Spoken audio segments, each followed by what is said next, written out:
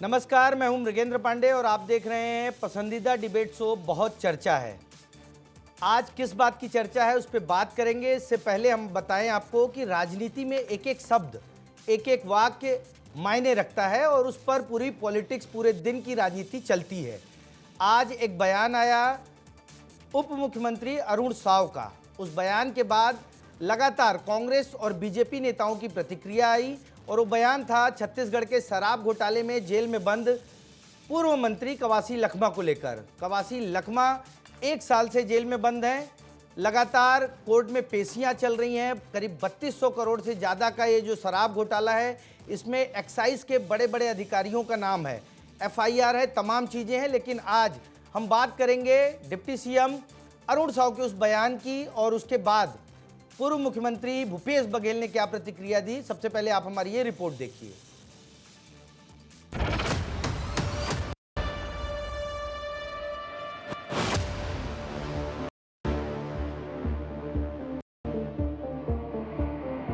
देखिए, ये उनका अपना निर्णय होगा, मिलना भी चाहिए। बेटे को जमानत मिली है तो निश्चित रूप से जिस निर्दोष आदिवासी को इन्होंने जिस तरह से किया है, उनके साथ अन्याय, ये पूरी छत्तीसगढ़ की जनता ने देखा है।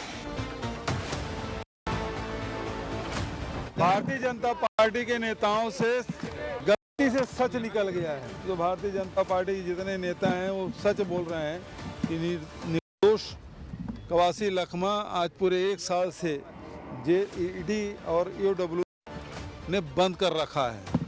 और यदि ये निर्दोष मान रहे हैं और मंत्रिमंडल में हैं, तो फिर EOW कार्रवाई क्यों कर रही है? उसको FIR क्यों करके रखा है?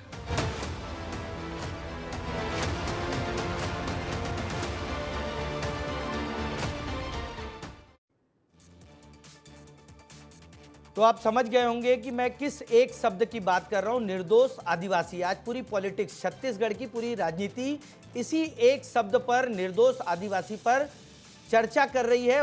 लोग एक दूसरे पर आरोप प्रत्यारोप लगा रहे हैं। आज इसी विषय पे बात करेंगे। हमारे साथ भाजपा का पक्ष रखने के लिए प्रदेश प्रवक्ता उज्ज्वल दीपक जी हैं, कांग्रेस का पक्ष रखने के लिए प्रदेश प्रवक्ता रवि गोलानी जी हैं और हमारे साथ वरिष्ठ पत्रकार बाबूलाल शर्मा जी भी जुड़े। आप तीनों का बहुत बहुत स्वागत है। चर्चा की शुरुआत उज्ज्वल जी आपसे करूंगा। आज अरुण साव जी ने एक बयान दिया। उन्होंने कहा कि एक निर्दोष आदिवासी, और उसको लेकर भूपेश बघेल का बयान आपने सुन लिया। क्या लग रहा है कवासी लखमा निर्दोष आदिवासी हैं? उज्ज्वल जी। मृगेंद्र जी, भोलापन, सादगी, सरलता, ये है छत्तीसगढ़ के आदिवासी लोगों की पहचान। हमारे जो आदिवासी भाई बहन हैं, जो बस्तर में ख़ास तौर से, जिन्होंने एक बड़ा वक्त जंगलों में गुजारा है, जिनको बहुत ज़्यादा एक्सपोजर नहीं मिला, जिन्होंने बहुत ज़्यादा पढ़ाई लिखाई नहीं की, बड़े सरल होते हैं, बड़े भोले होते हैं।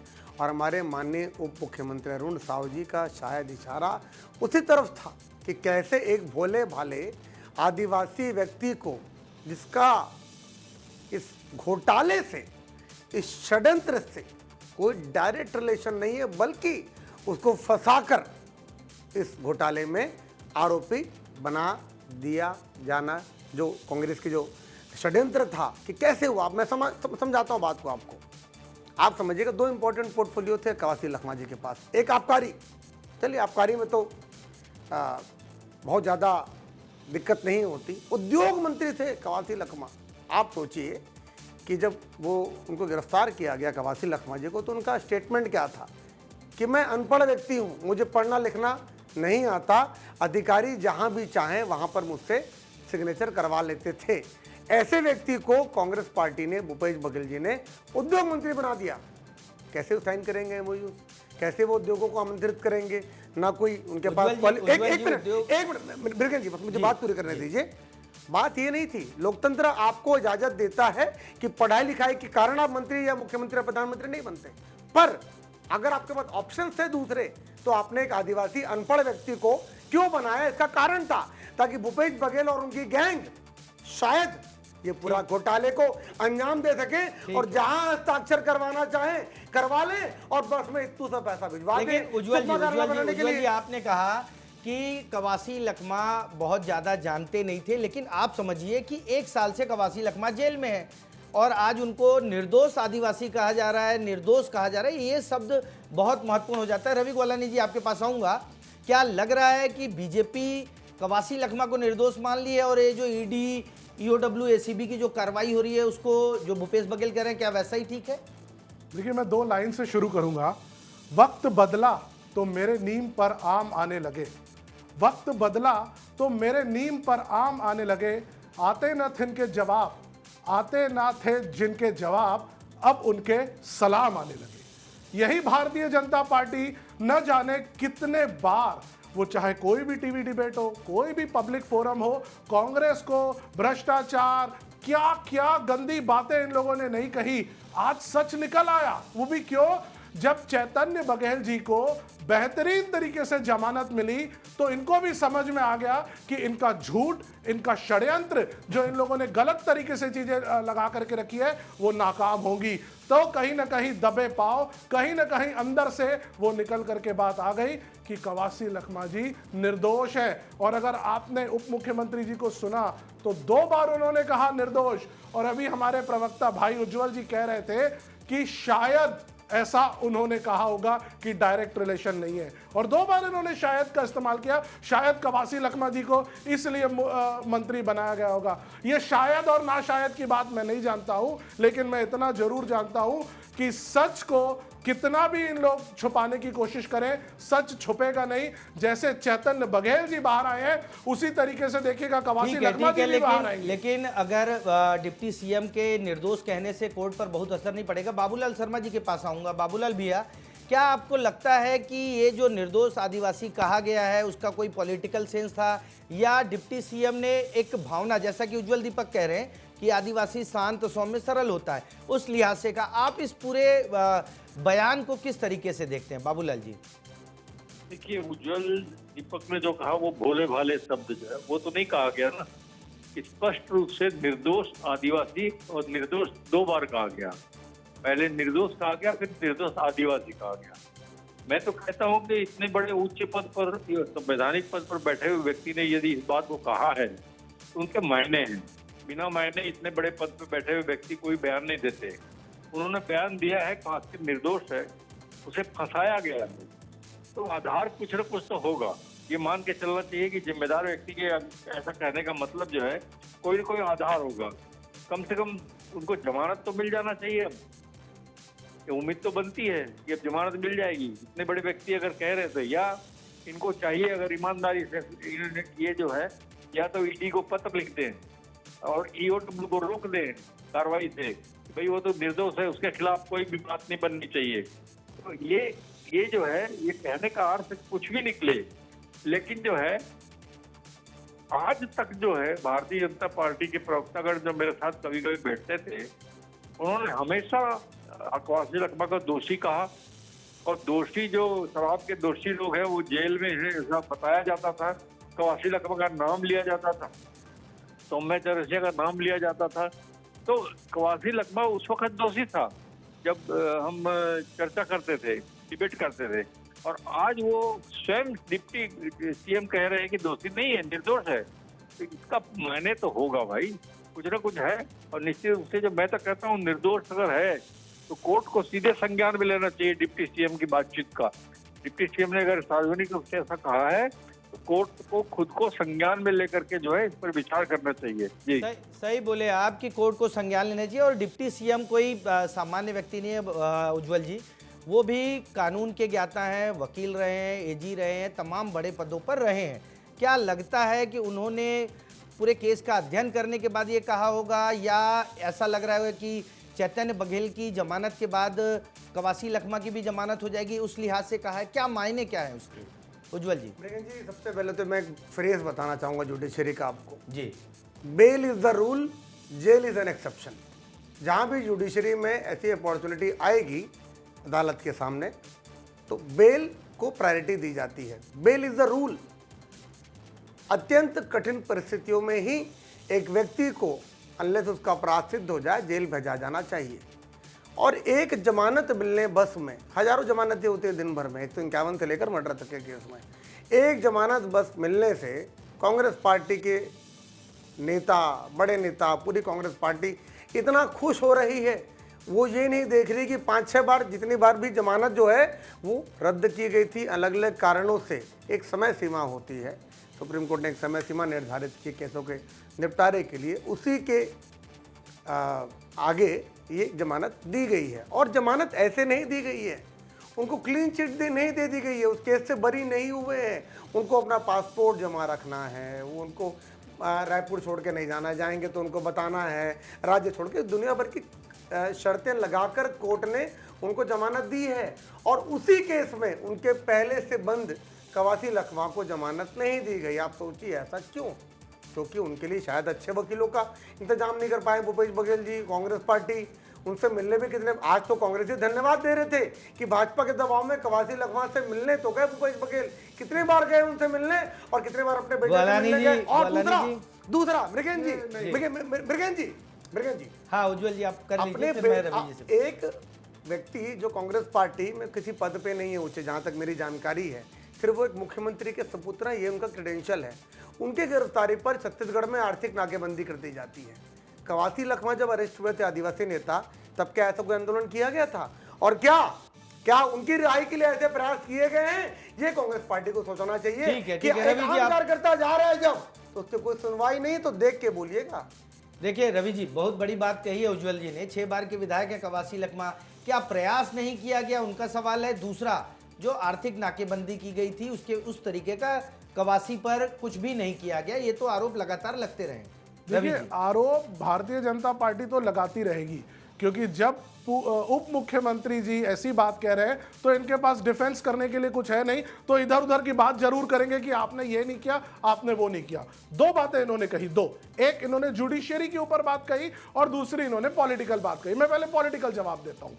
जब कवासी लखमा जी को अरेस्ट किया गया था, शायद उज्जवल दीपक जी को पता नहीं, शायद उस समय ये बाहर कहीं रहे होंगे, ध्यान नहीं गया होगा, ऐसे आंदोलन उस समय भी हुए थे। और उस समय ही नहीं, उसके पहले से ये आंदोलन हो रहे हैं। जब कांग्रेस के किसी भी नेता को ईडी ने अरेस्ट किया है, तब तक कांग्रेस पार्टी ईडी के सामने धरना दी है, कई बार दूसरी जगहों पे धरना दी है। लगातार हमारे धरने रहे हैं, यहां से रायपुर से ले तक के दिल्ली तक के हमने अलग अलग जगहों पे धरने दिए। तो शायद उज्जवल दीपक जी नहीं देखे होंगे, खैर कोई बात नहीं। दूसरा, अब बात करते हैं जुडिशियरी की। देखिए, आज चैतन्य बघेल जी को जमानत मिली है, जमानत कोर्ट ने दी है। हम पहले दिन से कह रहे हैं कि ये सारे के सारे आरोप जो लगाए जा रहे हैं ये बेबुनियाद है, ये गलत है। जमानत मिली है आज उनको, और आप आने वाले समय में देखिएगा कवासी लखमा जी को भी हमें पूरी उम्मीद है कि कोर्ट जो है उनके मैटर को भी संज्ञान में लेकर के जमानत देगी। अब ये कोर्ट के टिप्पणी में भी चले जा रहे हैं कि कोर्ट की जो है वो एक गाइडलाइन रहती है, गाइडलाइन, और उन पर कहा जा रहे हैं। कोर्ट ने हर चीज को ध्यान देख रख के जमानत दी है और कोर्ट का सम्मान करना चाहिए। और 2 मिनट मैं आपसे रोकूंगा आपको 1 मिनट के लिए।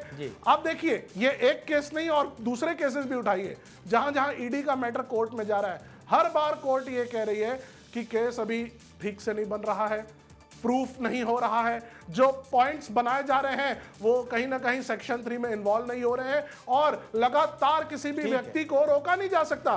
तो बीजेपी ने कानून का दुरुपयोग किया, एजेंसियों का दुरुपयोग किया, लेकिन जब मामला कोर्ट में जा रहा है तो सारी चीजें सामने आ रही हैं। एक साल से रवि जी कवासी लखमा जेल में है। अचानक आप बोले कि वो होता है 6 महीने जो है आपके भूपेश बघेल के बेटे जेल में रहे। बाबूलाल जी, आपके पास आऊंगा।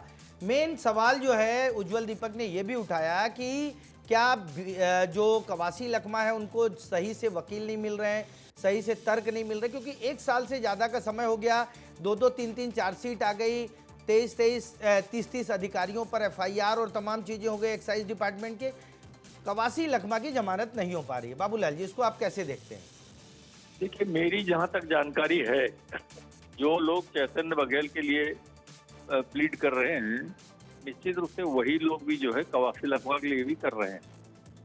और जहां तक मैं कह रहा हूं कि अगर भारतीय जनता पार्टी ये कहना चाहती है कि कोर्ट को प्रभाव में लिया जा सकता है, माने उन्होंने कहा है कि जमानत अपने बेटे की करवा ली, कवासी लखमा की नहीं कराई, तो क्या कोर्ट को प्रभाव में लिया जा सकता है? पहले तो वो स्वीकारें। अगर वो स्वीकार करते हैं कि हाँ कोर्ट को प्रभाव में लेकर के क्या कराया गया है तो वैसा कहें, अन्यथा जो है इसके कहने का कोई अर्थ ही नहीं है। और भूपेश से कैसे जमानत करवा ली? का कोर्ट ने दिया है जमानत, अगर और कोर्ट जमानत देती है तो उसमें कोई प्रश्न उठता ही नहीं है।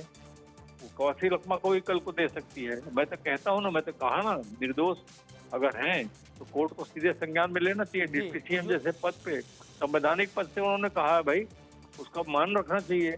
निश्चित रूप से जो है उसका कोई ना कोई आधार उनके पास होगा, उनको प्रकट करना चाहिए। ठीक है उज्जवल जी, आप जवाब दे दीजिए। बाबूलाल भैया ने भी कहा, रवि गोलानी जी ने, और कोर्ट में जो लोग, मुझे भी पता है कि कुछ वकील जो दोनों के केस में सेम है।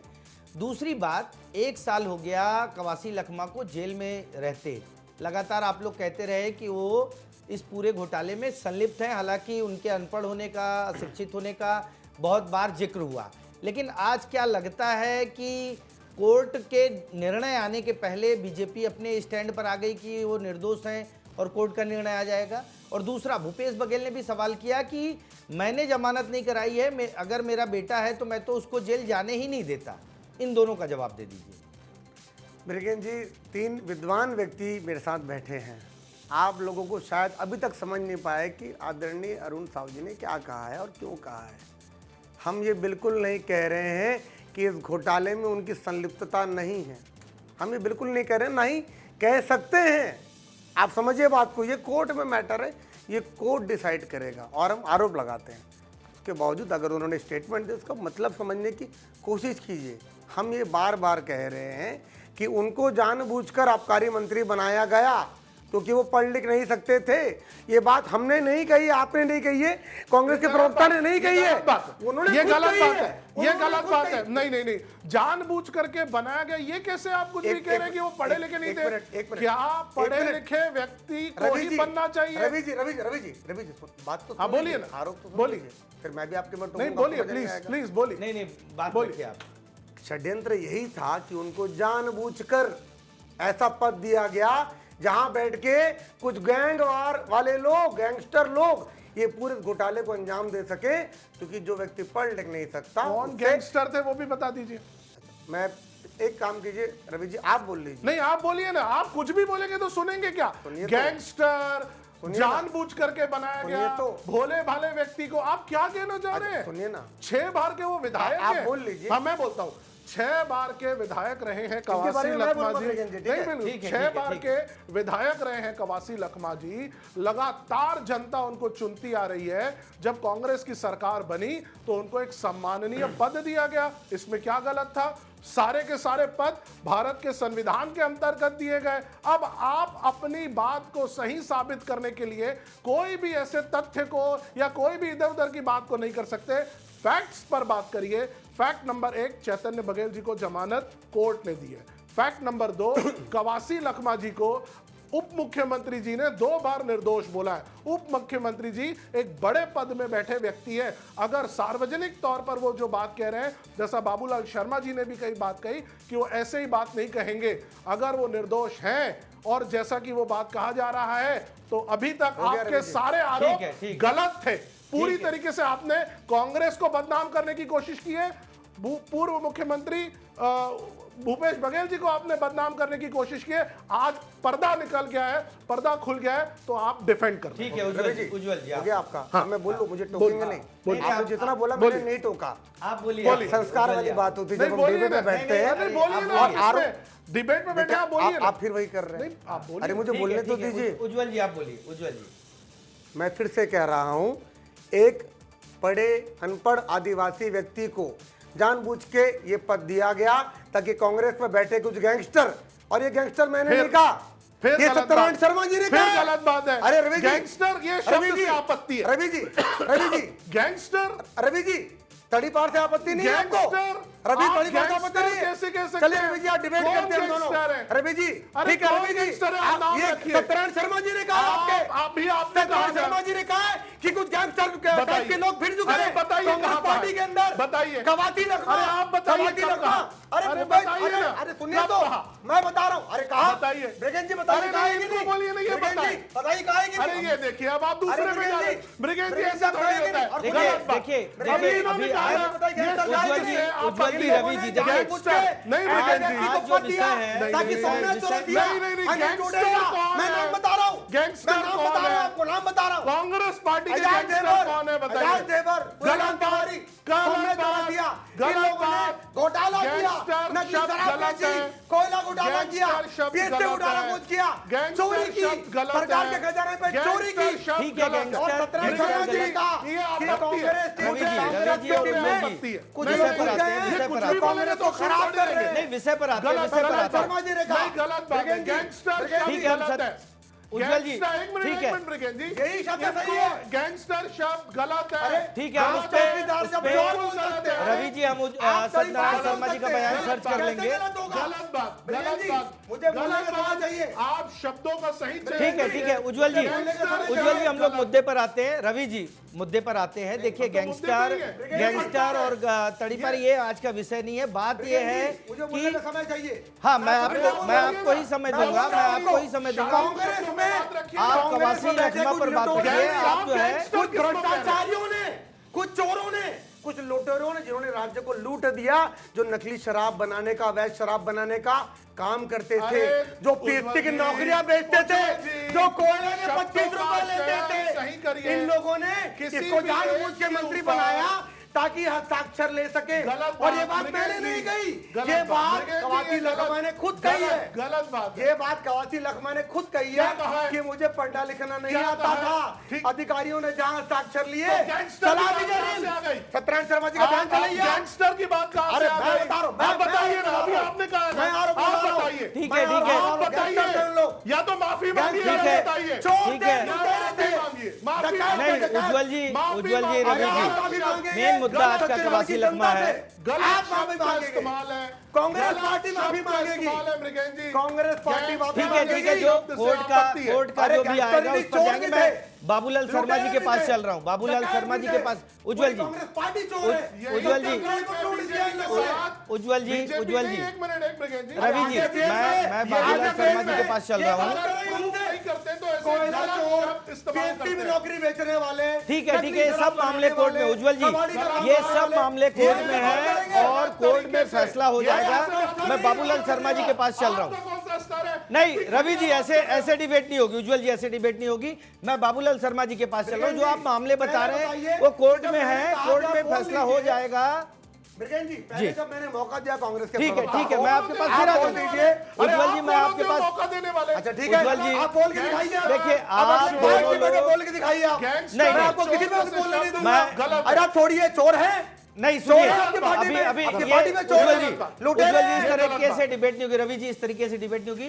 अरे मैं सुनने की बाबूलाल क्षमता शर्मा जी रखिए। के पास चल रहा हूँ। बाबूलाल रवि भैया, ऊपर से सीधा दूरी। क्या आपको लगता है, क्योंकि उज्जवल जी आपने जितने मामले बताए सब कोर्ट में चल रहे हैं, कोर्ट में एक एक करके फैसला आते जाएगा। हम जो आप बात कह रहे हैं, मैं बाबूलाल भैया के पास आ रहा हूँ। बाबूलाल भैया, क्या लगता है कि कोर्ट में, जैसा उज्जवल दीपक कह रहे हैं कि कांग्रेस पार्टी चोर है, क्या लगता है कि कोर्ट में जिस तरीके से लोगों को जमानत मिल रही है, किसी पर आरोप स्टेब्लिश नहीं कर पा रही, चाहे ईडी हो, एसीबी हो, ईओडब्ल्यू, क्या लगता है कि बीजेपी के आरोप बाद में खोखले साबित होंगे? बाबूलाल भैया, देखिए, ये तो हम कह नहीं सकते, ये भविष्य के गर्भ में है। धीरे धीरे इस बात सामने आती जाएगी, एक एक मामला निकलता जाएगा। लेकिन मुझे बड़ा अफसोस है कि प्रवक्तागण ऐसी भाषा का प्रयोग करते हैं जो सुनने में भी अच्छा नहीं लगता। इसलिए जो है, मैं ऐसा चाहता हूं कि आप इतने सीनियर लोग हैं, शब्दों का ध्यान जरूर रखिए कि मैं क्या कह रहा हूँ। गैंगस्टर शब्द है या और भी भद्दे शब्द कहे गए, अच्छे नहीं लगते, चाहे वो कांग्रेस ने कहे हो चाहे भाजपा ने कहे हो। एक चीज, दूसरी चीज क्या है कि देखिए, प्रभाव तो पड़ता है कहीं ना कहीं। अगर एक भी केस जो है वो छूट गया, एक भी इसमें जो जिनके ऊपर आरोप लगा है उनमें से एक भी व्यक्ति छूट गया, एक भी केस छूट गया, तो निश्चित रूप से ये सारा ये संकेत मिलेगा कि सब झूठे केस लगे हुए हैं और कांग्रेस इसका लाभ फिर उठाएगी। एक जमानत के कारण जमानत हुई चैतन्य की, उसमें कितना लाभ उठाया गया है ये आप देख रहे हैं। उसी तरह अगर किसी केस में फेल होता है केस, तो निश्चित रूप से जो है कहीं ना कहीं कांग्रेस को बहुत बड़ा फायदा होने वाला है, राजनीतिक रूप से भी, वोट के रूप में भी, और बहुत सारी परिस्थितियां जो बदल जाएंगी। इसलिए जो है तो इंतजार करना ही कह सकते हैं, इंतजार कर सकते हैं। भविष्य में जी। जो निर्णय आएंगे उससे बहुत सारी चीजों को फैसला हो सही जाएगा। बात है। कोर्ट का जो भी निर्णय आएगा उसको सभी लोग स्वीकार करेंगे, क्योंकि कोर्ट को सभी मानते भी हैं। आज जो हम चर्चा कर रहे थे, कवासी लकमान निर्दोष हैं नहीं निर्दोष है, इस पर भी फैसला कोर्ट ही करेगा। कोर्ट से ही उनको जमानत मिलेगी या नहीं मिलेगी, वो जेल में रहेंगे, सब फैसला कोर्ट में है। आज की चर्चा में आप सभी शामिल हुए, इसके लिए बहुत बहुत धन्यवाद। नमस्कार।